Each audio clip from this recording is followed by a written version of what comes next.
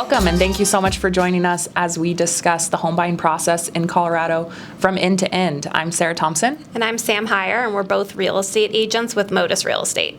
Today we're really going to talk you through every single thing that you need to know when purchasing a home in Colorado from the beginning to the end. All the ins and outs of what make our market really unique. So let's dive right into it. So step one that I always talk about is why it's important to connect with a real estate agent from the get-go. You might have someone in your network that you like. You might have friend or family members that are real estate agents. I always recommend that you shop around for the agent that's going to be the best partner for you, because it really is the first step of the process, and it is the most important step in my opinion. Obviously, I'm a little biased since we are real estate agents. So why is it important? A good agent should connect you with off-market inventory. They should make you an expert about the process and really educate you along the way. And they should be an expert in every single neighborhood. Yeah, and I think referrals are huge, and it's a big piece of how realtors build their business. And so not just going with the first person you know or think of makes a lot of sense to make sure the person you work with knows your needs and the areas you want and can connect you to the right people to get the deal closed. A real estate agent that specializes in Thornton might not know just how volatile the inventory is in like a low-high or a West Denver zip code. The next step, really one of the key pieces that a real estate agent does for you is they should know the best lenders in town to connect you with. And I think financing is really the biggest hurdle that people start off in. That might hold them back from purchasing a home. Connecting with a great lender and the loan programs that they have is a key step to make it a little bit more comfortable. Yeah, and I think a lot of buyers who I speak with either feel like they need to start with a lender and not a realtor, or they feel like they're not ready to talk to a lender yet because they're not sure if they can even afford to buy. It's daunting to get all of your information pulled together. Right. And so I think I always encourage people, even if you're not ready now, have the conversation so you can understand goal setting, how much money do you need to save, what options are available to you now, what options might be available to you later if you save more money. With how high the rental rates are in Denver right now, there's a lot of workarounds and ways that people can own a home and pay even less potentially than what their rental rate is. So I always encourage people after they meet with me and they're comfortable that they speak to a lender, and it's really important to find a lender who you know, who you like. So I always refer people to several different lenders. You can shop around, find the best rate, but also find someone who has the right loan product for you or loan program, and make sure that you like them. You're going to be dealing with that lender for the next 30 plus days, potentially longer, and you want to make sure that they're servicing you, they're attentive, and they're doing what you need.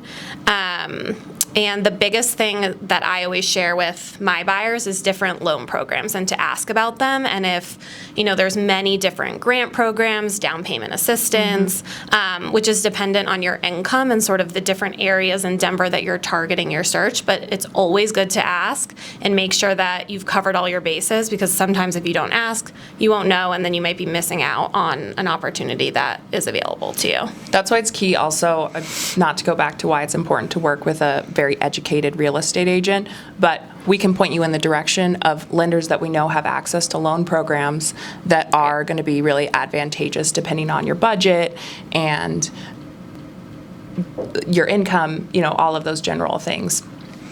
And then another key point in sort of the lender conversations and getting pre-approved is down payment. There's a huge misconception that you have to have 20% down or you can't purchase a home, which is wrong. Many first-time home buyers don't, whether they have it or not, but you don't have to.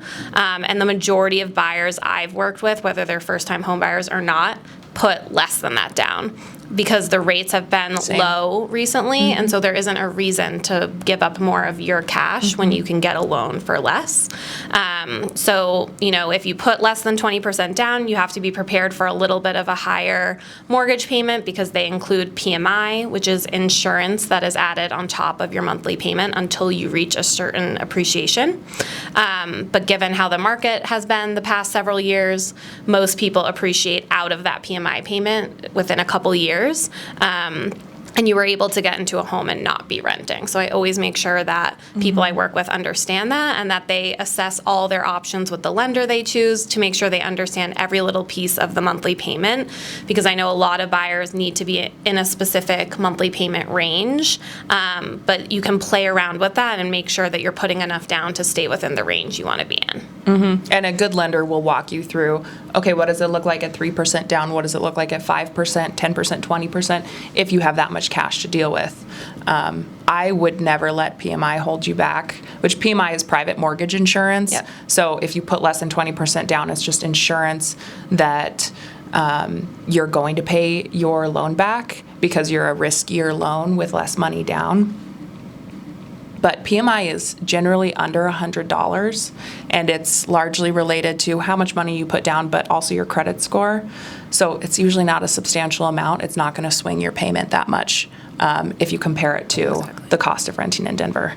Yeah, like from my own experience, I was very worried when my husband and I bought, and I was not a realtor at the time, that we were going to have PMI and the payment was going to be so high, and we've already Everyone says PMI, oh my God. Yeah. And we've appreciated out of it, and it was well worth buying the home and not continuing to rent. So there's definitely sacrifices that you might have to make and hard decisions, but well worth it. And it's good to be informed when you're making them. And then last point that I wanted to make is just about all the out-of-pocket expenses that a buyer should be prepared for. I've heard from a lot of people I worked with that they didn't clearly understand everything they were going to be paying for from the get-go, and that they like to plan ahead. So between, when you start working with a lender and you go under contract and then to closing, there are several different fees that you'll just want to be aware of. So the lender fees, which typically are about 1% of the loan amount, but those are all fees that you could ask for from your lender up front so that you're prepared for what that would look like based on your budget. And then you'll have inspection costs and appraisal costs, which you pay for out of pocket yourself. It doesn't get wrapped into the loan. An inspection, typically about $500. You pay for that when it happens. And then an appraisal, about $700, sometimes give or take a little bit more. So I always tell people plan for $1,500 between the inspection and the appraisal that you'll be paying for on a credit card, whatever you want to, however you want to handle that. And then you'll be putting earnest money down when you go under a contract. That happens about 3 days after going under contract, which Sarah will get into later. But basically, you just want to be prepared and make sure that you have that money liquid and cash available so that you're able to wire that money or transfer it, and then that money goes hard closer to your actual closing date. Yeah, that's automatically withdrawn from whatever account your earnest money is being submitted from, and that is a deposit towards your down payment. Basically, it goes towards your down payment. Earnest money in Colorado is generally about 1% of the home price. With new builds, it can be up to like 3%. You can set earnest money at almost anything that you want. Right. And you'll always know what the earnest money expectation is before you submit an offer, at least what the seller is requesting. So you can always plan for that. If you want to try to offer less or more to be more competitive, that's something that we could talk through with you. And then just to wrap up sort of affording a home in Colorado, you definitely want to make sure that the realtor you're working with connects you to multiple lenders so you can shop around options, understand and feel good about your decision. And it's just, this is a really key, important part in the process, and you want to make sure you're comfortable. This is when people tend to get a little stressed out, nervous, and so just make sure you have the right people in your corner. I think also people feel like lenders are going to take advantage of them. And after the Truth of Lending Act, after like 2008 and everything, it really has been like lenders aren't wrapping in all of these hidden fees. They're not trying to take advantage of you. The market has become a lot more flat. So you should really be shopping with what lender you think has your best interest in mind and you get along with and trust as a human. And they have access to the kind of loan programs that you're interested in. Exactly. Okay, so I'll let Sarah take us through the Denver market. All right, our crazy market, huh? Well, everyone talks about how Denver is a crazy market. I think that this market is here to stay. It really has been pretty competitive and crazy for the past 2 to 3 years. it does seem post-COVID, but to be reaching quite a bit of a precipice. In my opinion, this is a step up to a new homeostasis and not a acute period of time. So right now, we have, what was the last report we had? Like 2,200 homes listed when November ended. And that's about 14 days of inventory? Yeah. And a balanced market is about 6 months of inventory. So back in the day when you're watching, $1 Million Buyer or any show, they're shopping around, they're taking their time to look through a bunch of different homes. If you're watching House Hunters, they're truly hunting for a house. And they have plenty of time to make that decision. In this market, you'll have a home posted on Thursday, and if it's not already gone by Saturday, that's usually because they have a deadline for contracts for offers to be in, and that will be like Sunday or Monday. So rarely do you see a hot house in a great neighborhood that's priced right, last over the weekend. Which it makes it a tough market to shop in. That's why it's really important to work with a very strong, powerful agent that's going to educate you and negotiate for you along the way. But it also makes it a really exciting market. It makes it a market where you have to be really decisive. And I think that's what scares people the most is having to know like what you want and the areas you want to be in. And there's a lot of pressure for a lot of buyers, especially first-time home buyers. And I've had people who I worked with who like couldn't keep up with the pace, and it made them nervous, and they needed to think about it, which is fine. Everyone should think about it and be comfortable. But I would encourage people to start early in the process, maybe before you feel like you're ready, so that you can sort of knock out areas that you decide you don't like, and so that when you find the right home, you can act quickly, because I think, it normally takes a couple offers to have something stick and go under contract, and the more offers you submit, you tend to get more aggressive and you feel more confident and more ready to do what you have to do to get it. So I think giving yourself more time than less is better, because I've definitely had people come to me and say, my lease is up in 2 months, which it's doable, but most of the time it's not as doable in a 2-month period, given the length of contract time. Yeah. So getting started early is super important. Kind of throughout this process, we talked about finding a great agent, and we talked about finding a good lender. I like to think of it as this is how you're building your team. Part of the team is you, though. Like, you're getting the buyers getting educated on what exactly are their must-haves and what areas do they want to be in. Because usually it takes a little bit of a vision adjustment when you first start shopping based on your budget and the homes that you're looking at. But that's something that, really comes about, and it's something that we're always really patient with. It takes getting into a couple homes and getting a feel for what are your must-haves and what are things that are a little bit less important than you might have thought in the past. Right. And I think it's the other thing that I think super helpful is when the buyers that we're working with sort of think through, which doesn't have to be before we start working together, but as we start working together, thinking through, in this type of competitive market that we're in, and that's here to stay, like Sarah was saying, and I agree with that, you need to be prepared for negotiations and how aggressive you want to be with submitting offers. And so I always encourage people to talk up front and figure out, are you willing to go over list price, and if so, by how much? And do you have cash available if the home doesn't appraise at that amount to cover the difference, which is called an appraisal gap. And a lot of people don't have the cash to cover an appraisal gap, which is okay, but it just makes your offer less competitive because we can't include that you can cover that gap if you needed to. So sometimes it's good to have conversations with family members who may be able to help you or provide gift funds and get that all lined up in advance, so that when you find the home you want, you're able to make the offer that wins.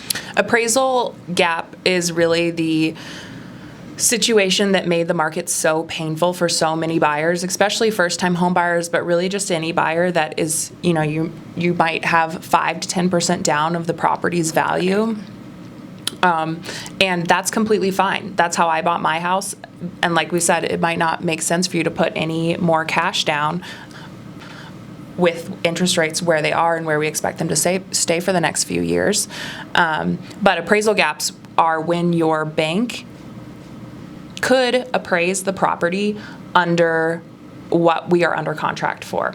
So to give you an idea, an example, say we have a house that's listed for $499, very fun price, single family home in West Denver. That home, if it's 3-bed, 2-bath in a nice area, one, probably not listed at $499, but let's say it is. That's low. It would probably be a 2-bed, 1-bath. That home, if it's priced right, a good agent will be able to tell you from the get-go, okay, this is going to be a really competitive house, and I estimate based on similar comps in this area, this is what it's going to go for. But it might just be a really uniquely awesome house with something that people love, like a chicken coop in the backyard, something like that. And it might take going $75,000 over asking to get the home. That's something for the buyer to think about. Is it even worth it to them to spend that much additional cash potentially? So if say you're like, I have to have this house listed at $499, has a chicken coop in the backyard, it's the cutest coop, you have to have it. So based on our conversations with the list agent, we would find what is that winning price for them. Let's say it's $579. To write a successful offer, you're going to need to cover potentially that entire gap from $499 to $579 in cash. And that's cash outside of the down payment, outside of the lender fees, outside of the inspection and appraisal cost. That is just additional cash that technically, based on market value, will be going towards the equity that we believe your home has, because the market is telling you that that's that value. But your bank might not agree. So if the appraisal comes in low, and this is from the bank side, this is the number that they're willing to lend on. So if the bank appraisal comes in at $550, that's awesome because it's $51K over list price. But you're still going to need to make up that gap to $579, so $29K Right. in cash. But if you're like, I cannot handle that, I want to buy my first home, I don't have that much cash, that's fine. MODUS has a huge inventory of off-market and new build deals, and that's what I always like to recommend to my clients if they're like, we just can't compete with this appraisal gap coverage because we don't have the cash. I completely understand that.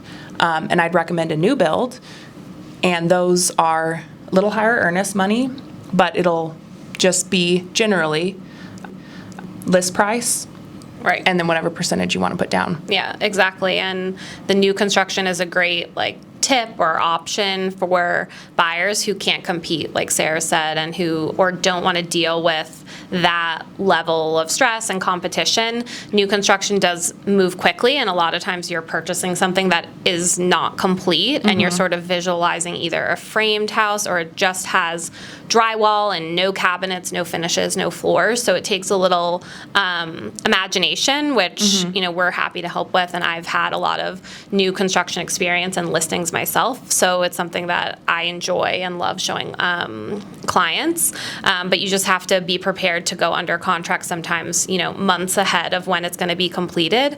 But there's a lot of benefits to that because you're also building equity over that time. You're typically getting in early and getting it for less money than if you got it when it's listed later.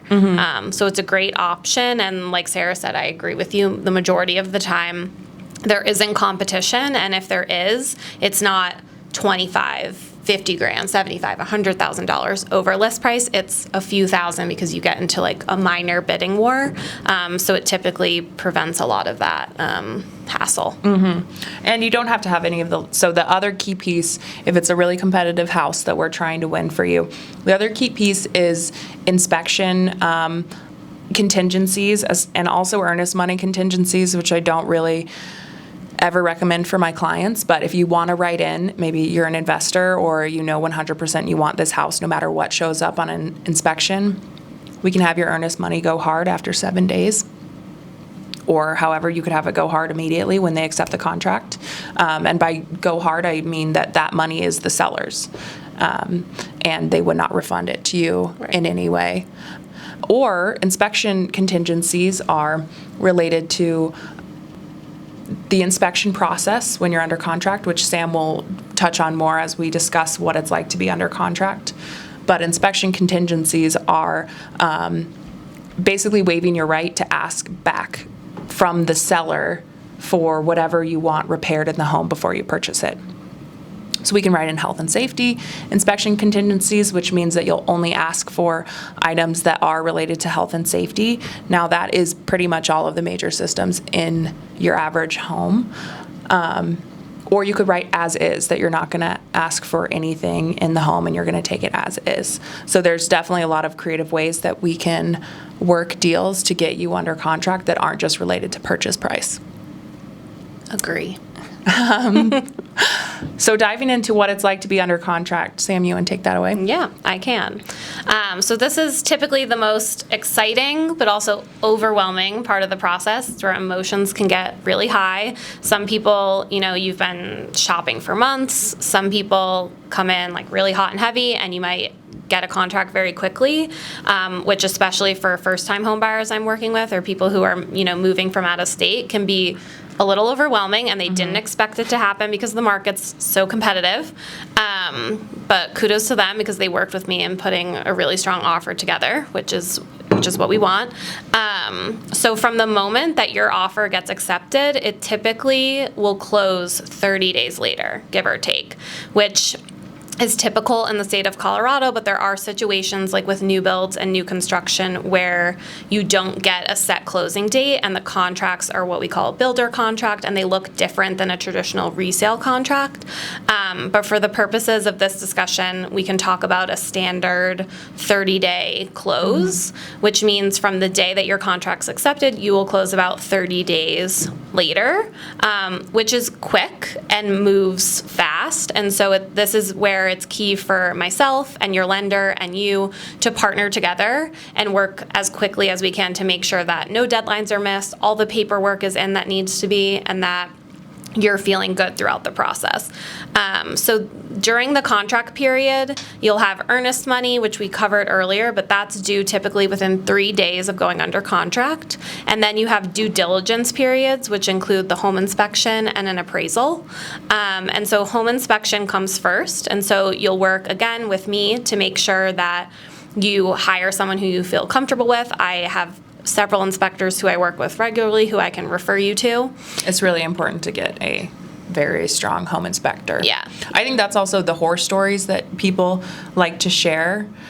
They're mainly related to, I'm like, that is a bad inspection that they had. Yeah. No, you want to have someone who you feel like you can trust, which in these situations, you're not always meeting that person in advance. So that's why I always recommend people who I know will do a thorough, good job. They won't be, raising every red flag, causing, too much concern, but they're going to cover everything that you need to know. It's also great to do a home inspection just from the standpoint that you'll understand the systems and how to use them. So not only will they flag if something's broken, but you'll understand, like, where's the water shut off? Like, where are all these things that I need to know as a homeowner? And that typically happens anywhere with, like 7 to 10 days from going under contract. Sometimes I've written the home inspection to be completed more quickly, to be competitive. So the first thing I always recommend to clients after we go under contract is, here are the inspectors, call them, talk to them, and book whoever is, available within that time frame so that we can get it done, because you'll have an inspection objection date, which is typically a couple days after the home inspection takes place, and you want to make sure that you get the home inspection done as quickly as possible so that you have time to review the very thorough report that we get, talk to me, talk to the home inspector, feel good about it. You may find nothing that you want to object or raise with the seller to fix, and that's great, and we move on.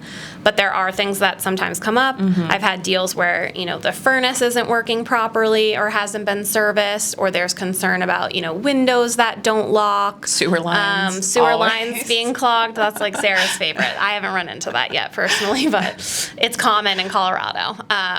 So anything like that comes up, given the competitive market we're in, you definitely have to be careful and remember how you wrote, how we work together to write the contract. If you're including only health and safety concerns, then cosmetic things like paint or a crack somewhere really can't be written into the into the objection, but something like a furnace not working, plumbing, being down, anything that's major to the health and safety of the home or the systems, we can definitely object.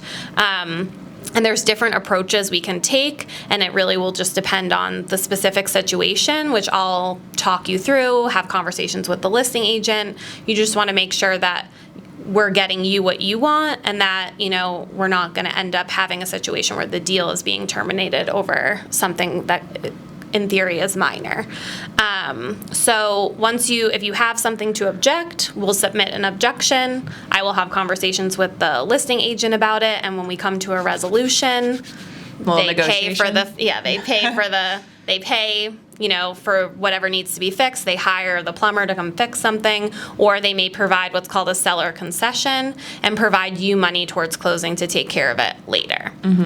So really just depends on how the negotiating game goes. I feel like in the market we've been in most recently, there hasn't been as much negotiating when it comes to an inspection objection, because people are either waiving the inspections completely or are keeping them so limited that you can do an inspection for your own due diligence, but that you're not really going to object anything. So it's just something to be prepared for.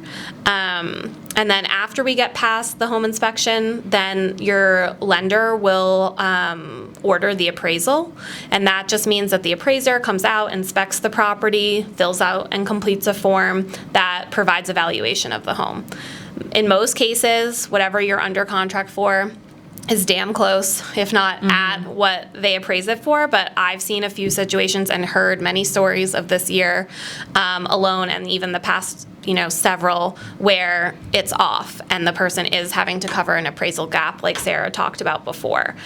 So you just have to be prepared and make sure that you understand completely what's going into the contract that we write together, so that if you do have to cover the appraisal gap, you have the money ready to go for closing to do that. When I'm writing into an appraisal gap that might be pretty substantial, I'm pulling comps in so we can give you a relative understanding. Appraisers are just regular people. They're going out there, they're doing their best, but it is pretty subjective. But prior to going under contract, if there's a big appraisal gap, I'll pull comps and we'll have a discussion about what we think it's going to appraise for based on the comps that are in the area. Usually you do like a half mile to a mile radius of homes that have closed in the past 90 days. So we should be able to give you a good understanding of what that gap is, but it might be that the market has gotten slightly hotter, or this property in general was unique, but the appraiser doesn't love that chicken coop as much as you love that chicken coop. So we'll have a good understanding of what that appraisal gap probably will be. You can always obviously lenders always get a little butthurt when you have to do this, but you can flip it to another lender, because then they will have a different appraiser. That appraiser might have a different opinion of value. You can also ask for a review of the value that the appraiser thinks. Rarely do those work, but those are all the aspects that we'll always try to get you the absolute most in your loan, where you don't have to cover it in cash. Okay, so I think that covers the majority of what it's like to be under contract. Once we get past those due diligence periods of home inspection and appraisal, you'll hit a loan objection date, which is really just the last contingency in the contract for you to get your earnest money back if you needed to back out. And that is really only used if for some reason you don't get approved through underwriting with your lender or something comes up. So that's your last chance. But the majority of the time when you've partnered with a lender in advance, that shouldn't happen, and you should be well through underwriting and ready to go, sometimes even before we go under contract. Don't buy a car or a couch. That's a good tip. Or run up your credit cards while you're under contract. Try to keep all of your expenses clean. Yes, I agree. I've heard horror stories. No one's done that to me yet, but it happens. And so, I would just stress that working with a realtor, again, and a lender who you know and trust is really key. Being under contract is one of the most overwhelming and stressful times in the process, and you want to make sure you have someone who's ready to go at bat that for you and is there every step of the way. And I know when I work with buyers, I make sure that I'm on top of every step, no deadline is missed, and that I'm working with the home inspector to make sure everything goes well and the appraiser, and making sure I provide those comps that were provided to you originally so that we can make sure the home appraises and that you're not giving up more of your cash. My goal for when my clients are under contract is always, I think of myself as a duck. I'm like, I'm a duck and I'm on over water, and this is what you see. And I'm sometimes telling you like, okay, get me this thing, and your lender is telling you also things that you need to provide. But underneath the water, I'm going like this because we're keeping track of all of the deadlines. We're running up quotes. We're meeting with the inspector, talking to the inspector, talking to appraisers sometimes.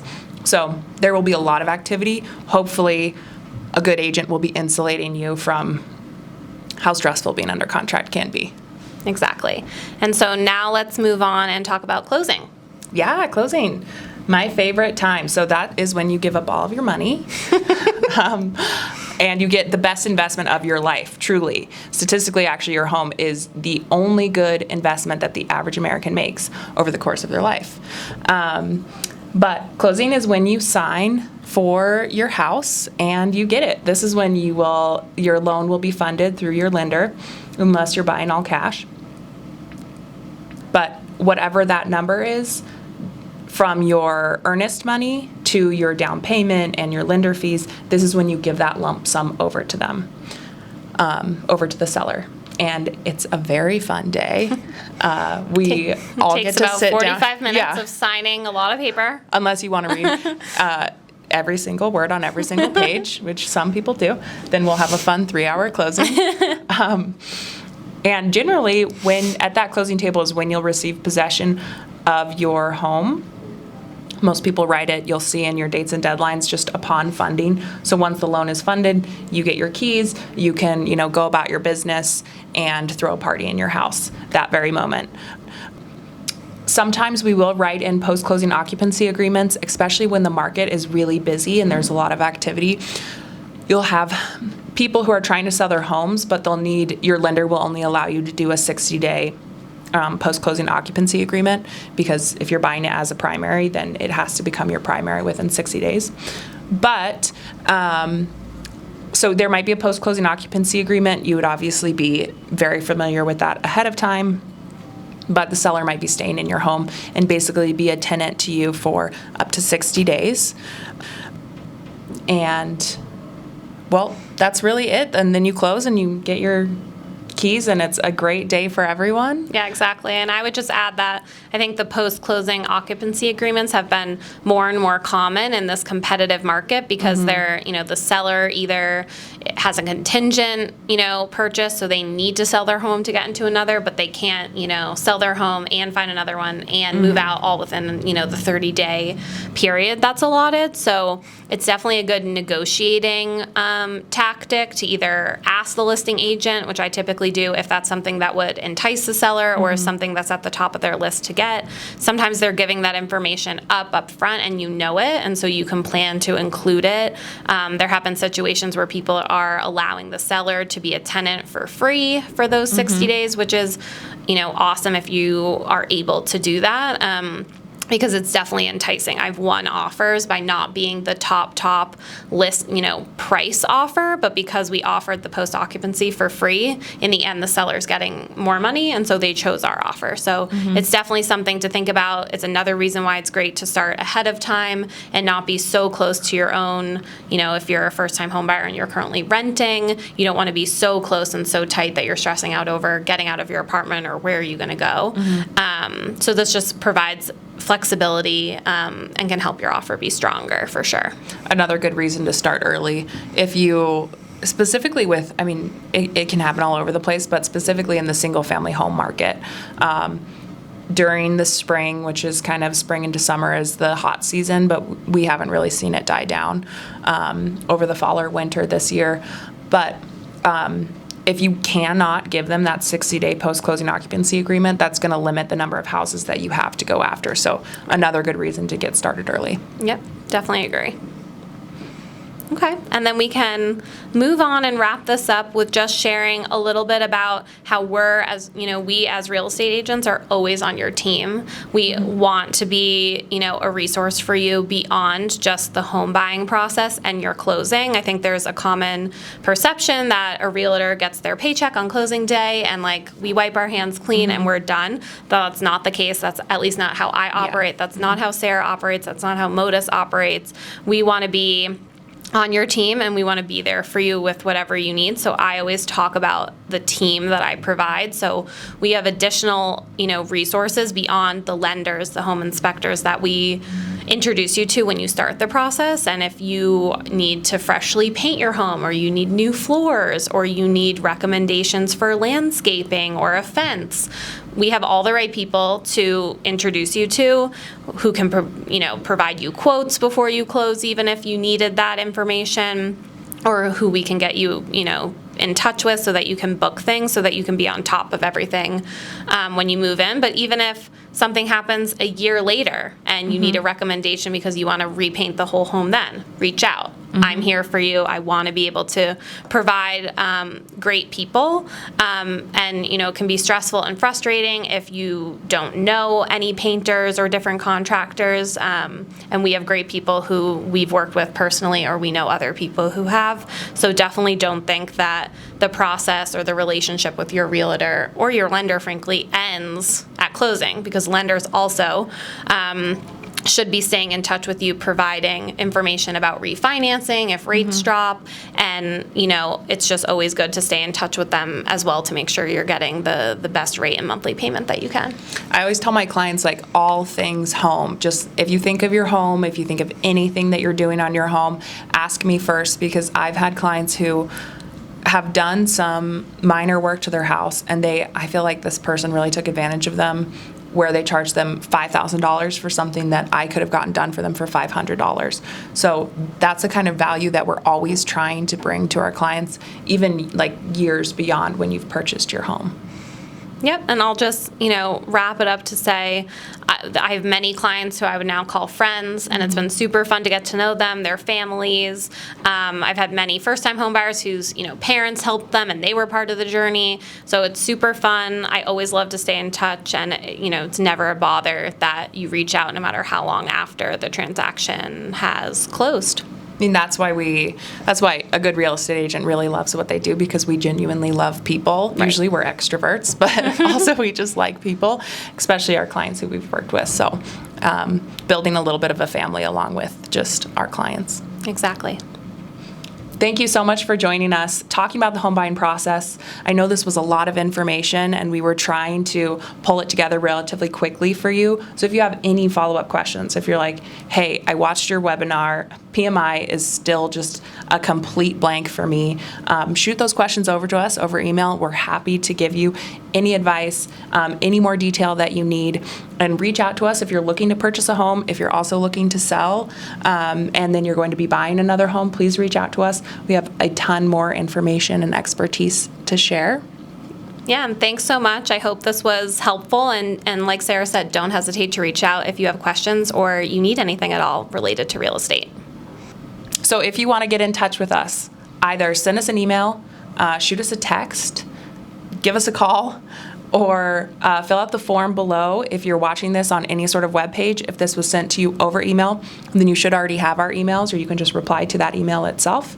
The great thing about real estate agents, especially good ones, is that you should be able to get a hold of us basically at any time and all of the time. So give us a call, reach out, and we'll love to talk about how we can help you buy a home in this exciting and beautiful market.